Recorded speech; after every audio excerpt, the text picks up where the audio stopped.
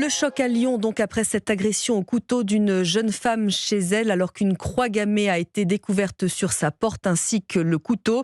La victime est sortie de l'hôpital il y a quelques minutes. Elle assure qu'elle ne connaissait pas l'agresseur qui a sonné à sa porte hier soir. Le parquet de Lyon privilégie toujours la piste antisémite.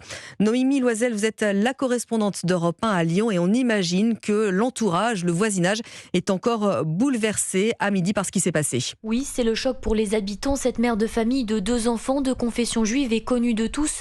Alors lorsque je frappe à la porte de ses voisins, certains n'osent pas ouvrir. Beaucoup ont peur. Ça peut m'arriver à moi, ma voisine d'en face, celle d'en dessous. Je me sens pas de rester toute seule, oui. Et je suis descendue chez mon ami au 3e. Je vais rester quand même sur mes gardes. Vous allez faire plus attention. Bien sûr.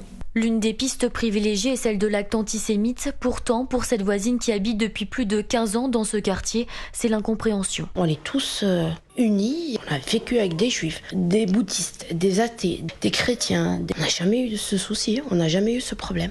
Jamais. Mais pour certains habitants, l'inquiétude est présente. Un couple m'avoue ne pas se sentir en sécurité. Il y a de la délinquance dans les coins de rue, en bas de chez nous. On voit qu'il y a quand même du trafic de drogue. Lyon est devenue une ville de plus en plus incertaine. Toutes les personnes que j'ai rencontrées pensent à cette mère de famille et veulent maintenant comprendre ce qu'il s'est vraiment passé dans leur immeuble. Et l'enquête se poursuit. Merci Noémie Loisel, correspondante d'Europe 1 à